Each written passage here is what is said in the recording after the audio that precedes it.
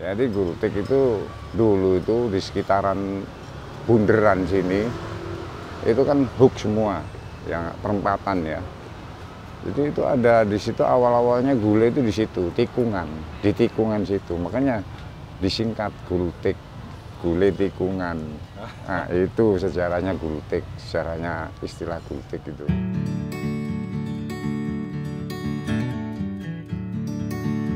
Bulungan, tempat kecil di sudut selatan Jakarta ini punya banyak cerita yang menemani kita berjalan dan menikmati temaramnya lampu kota.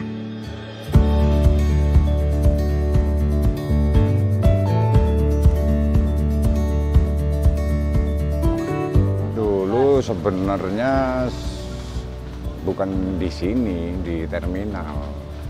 Iya, sekitar tahun 80-an lah, akhir 70 lah, akhir tahun 70-an lah, awal-awal 80-an. Nah, itu di terminal dulu. Ya, tukang gulainya juga belum sebanyak ini, belum. Masih bisa berapa orang lah dihitung, bisa paling berapa orang, ya. Dan harganya juga masih 50 perak kali. Iya, dulu masih 50 perak.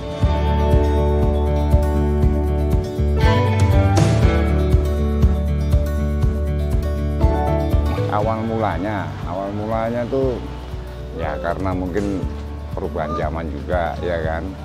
Terus ya singkatnya aja ini, karena terminal udah mulai banyak perubahan, pembangunan terminal diperbarui seperti itu. Nah, pas tahun-tahun mulai nginjak tahun 2000-an baru mulai banyak yang pindah ke sini, areal sini, areal Bulungan, Jalan Mahakam, ya sekitar sini. Itu mulai pada memenuhi tempat sini, dan di terminal malah sepi. Iya, itu juga tukang gulainya udah berapa generasi juga sih. Iya. Ditemani lembayung yang berinai, seakan mengajak kita menikmati melepas hari yang penat dengan segala problematika hidup yang tak kunjung silam. Ada yang tertawa bahagia, ada yang merenung pasrah, semua bercampur aduk.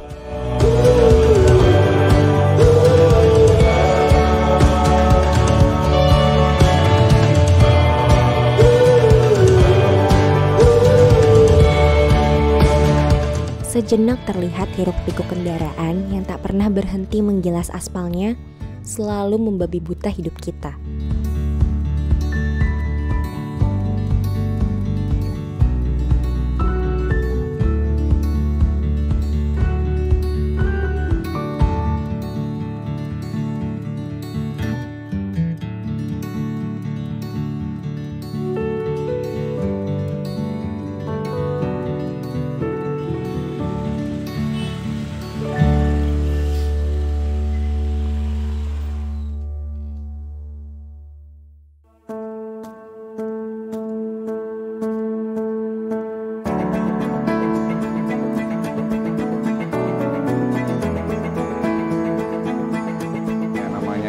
Ini kan tempat Blok M Kebayoran Baru ya. Itu tempat pertama kalinya perantau dari seluruh Indonesia lah, seluruh Nusantara ini menginjakkan kaki. Iya, jadi awal-awalnya ya misalnya ya namanya juga tempat masih masih perawan ya kan. Jadi pada berebut wilayah kayak gitu-gitu. Jadi ya kayak keributan, kejadian-kejadian yang kriminal atau kejadian-kejadian yang istilahnya menjurus ke kejahatan itu lebih banyak dulu ya, tahun-tahun segitu ya. Jadi sebenarnya dari mulai tahun ya akhir 60, 70 itu udah mulai rawan tingkat kejahatannya. Dulu, ini bicara dulu. Nah, semakin kesini emang udah mulai agak mendingan, karena udah mulai terkotak-kotak. Jadi kayak wilayah-wilayahan seperti itu. Jadi kalau mau bisa dibilang di Blok M ini segala macam suku apa aja ada. Iya, segala macam suku apa aja ada di Blok M ini. Karena emang tempat keramaian, pusat keramaian di Blok M ini awalnya. Dari mall, gedung bioskop, ya sampai tempat-tempat hiburan yang impor lah, dari impor ya.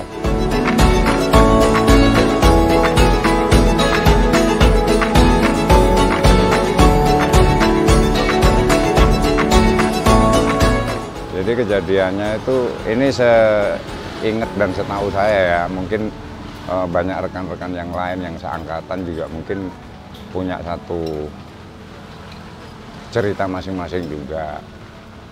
Karena kan walaupun saling kenal dan walaupun Blok M ini dibilang mungkin nggak seberapa luas, tapi sebenarnya cukup luas. Nggak seberapa luas tapi cukup luas. Karena ada Melawe, ada Bulungan, ada daerah Wijaya, ada beberapa tempat titik lainnya juga yang di situ sebenarnya akhirnya ditempatin sama tiap-tiap suku lah ya kalau dibilang ya. Terus sampai pada akhirnya karena sering-sering terjadi ribut dari pihak aparat, akhirnya mempertemukan ketua dari suku masing-masing, ya dari Arek, dari Makassar, dari berbagai macam suku yang ada di Blok M ini semuanya. Bhinneka Tunggal Ika kalau dibilang, iya suku apa aja ada, dipertemukan dan pada akhirnya diambil satu kesepakatan untuk si A di sini, si B di sini, si C di sini. Jadi udah mulai ada satu titik tempat masing-masing. Nah dari situ akhirnya semuanya mulai jarang terjadi kriminal, jarang terjadi keributan tawuran kayak semacam itu. Yang gara-gara karena wilayah aja sebenarnya. Lebih banyak ke masalah wilayah aja sebenarnya.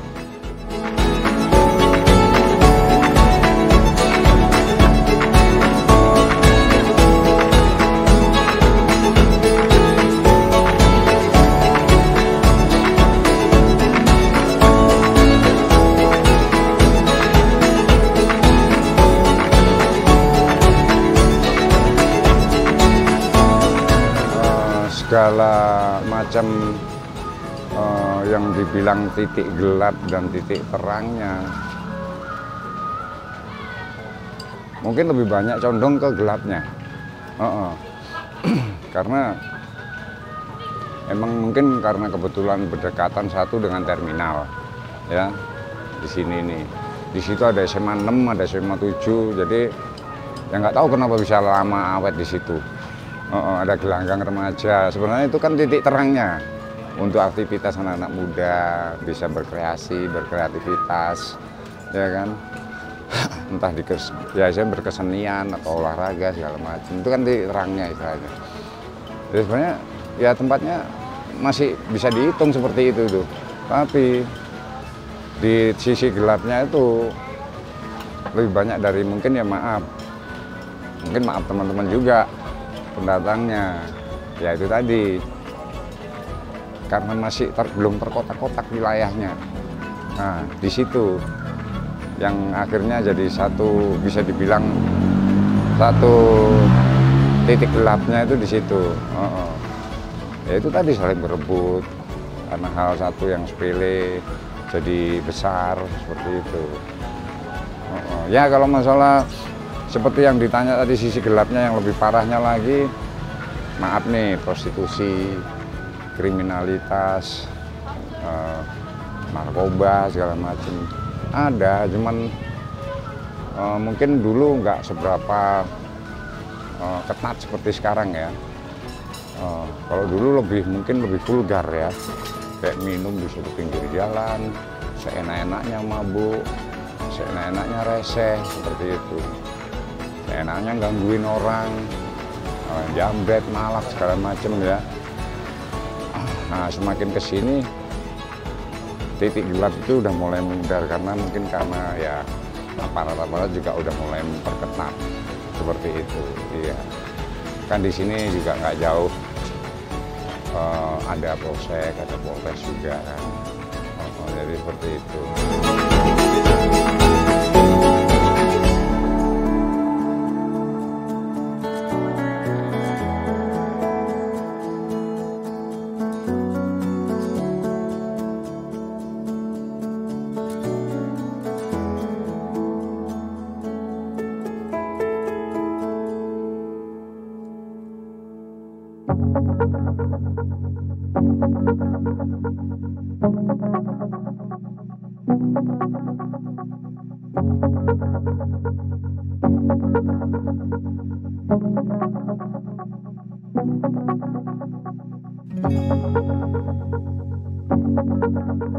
Ya, untuk dibagi-bagi kategori itu memang benar, ada yang milik pribadi, ada yang di situ per kelompok, ada yang dia di situ sebagai karyawan aja yang jualin, tapi dia ada bosnya, ya semacam itu.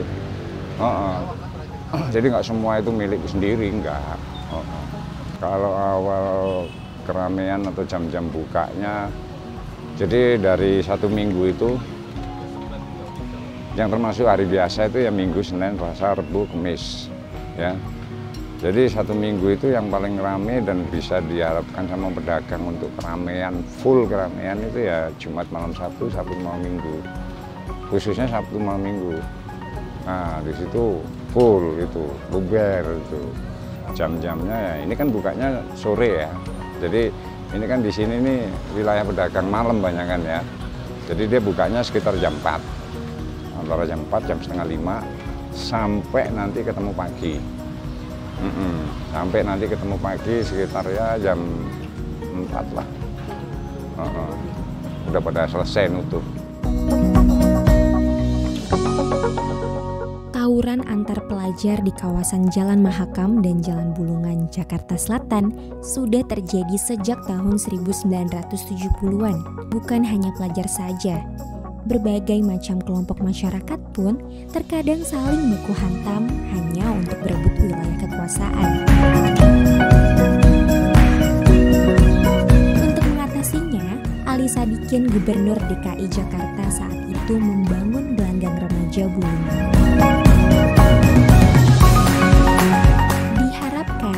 Adanya tempat olahraga bisa mengalihkan minat para siswa dari tawuran menjadi olahraga dan berkesenian.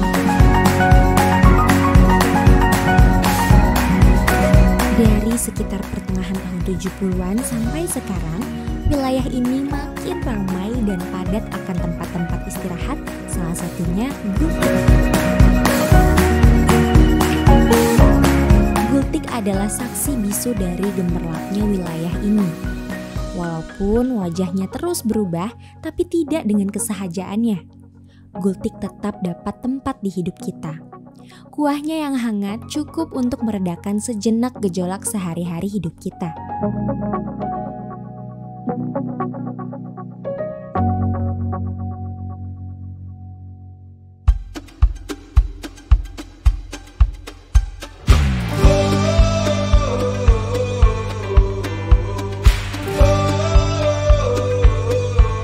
Kalau masalah izin buat usaha atau konfirmasi sama aparat setempat itu ada, emang iya ada, dan emang yang jelas semua di sini izin, iya ada izinnya, nggak terus main buka-buka aja, enggak. Ya kalau nggak enaknya ya paling ya namanya juga rezekinya ada di jalan ya mungkin nggak pribadi aku ya, mungkin beberapa orang yang usahanya rezekinya berharap di jalan ya, dan rata-rata rezekinya banyak yang di jalan ya, yang rame yang paling enak. kalau nggak enak ya pas sepi itu. Sebenarnya ya larut aja sih sebenarnya, nggak saling mengganggu, nggak saling diganggu seperti itu. Ya, karena padanya kan udah ada masing-masing seperti itu. Jadi gultik itu dulu itu di sekitaran bunderan sini itu kan hook semua, yang perempatan ya.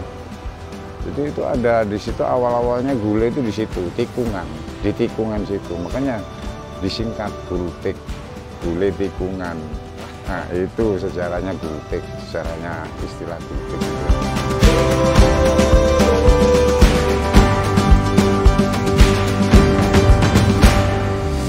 Gule ini ya dari asalnya itu kalau nggak salah ini menurut orang-orang yang menjual aslinya itu, dia itu makanan ringan, walaupun nasi dia itu makanan ringan sebenarnya. Iya paling ya 5 suap udah selesai, udah habis. Iya, harganya juga sesuai dengan harganya.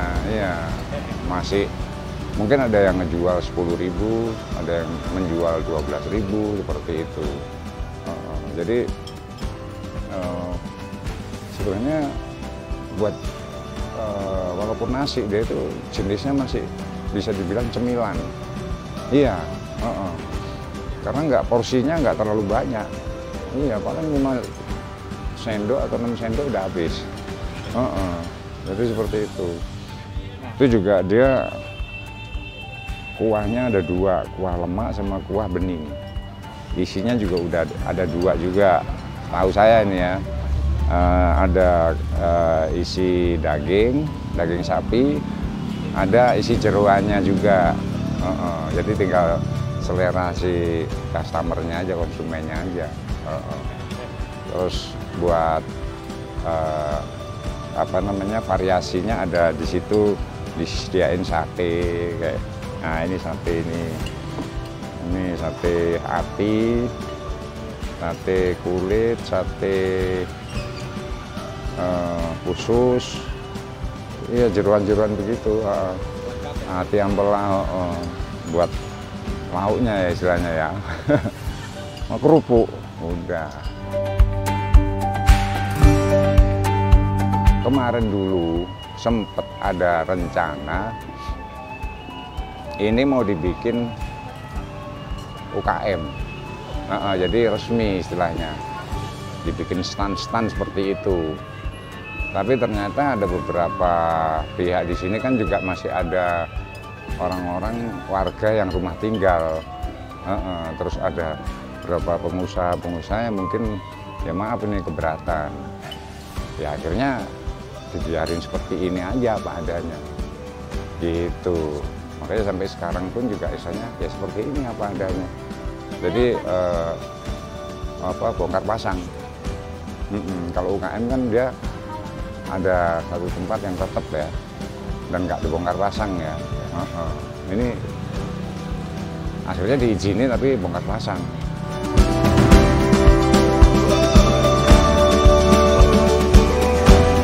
Oh, untuk penonton, untuk sahabat-sahabat ya, teman-teman ya.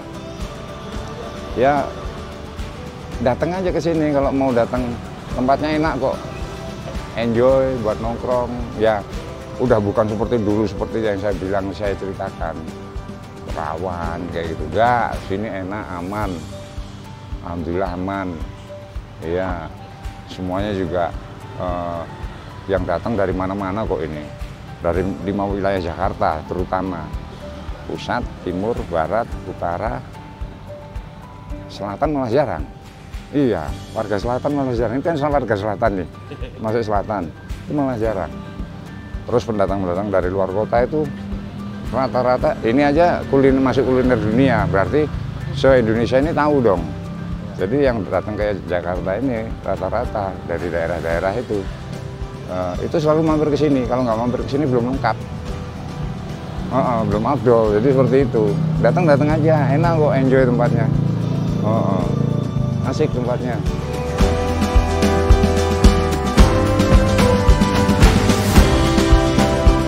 Buka saat senja menyapa kita seolah menjadi tanda buat kita untuk saling bercengkrama meluapkan lelah. Gula yang berisi campuran jeroan sekilas tampak campur aduk tak karuan, dan ditambah kudapan lainnya seolah merepresentasikan perjalanan hari kita yang penuh dengan drama di dalamnya. Tetapi saat kita santap, ternyata memiliki rasa tersendiri di mulut seolah meledak dan menghancurkan pekat yang menemani kita sehari-hari.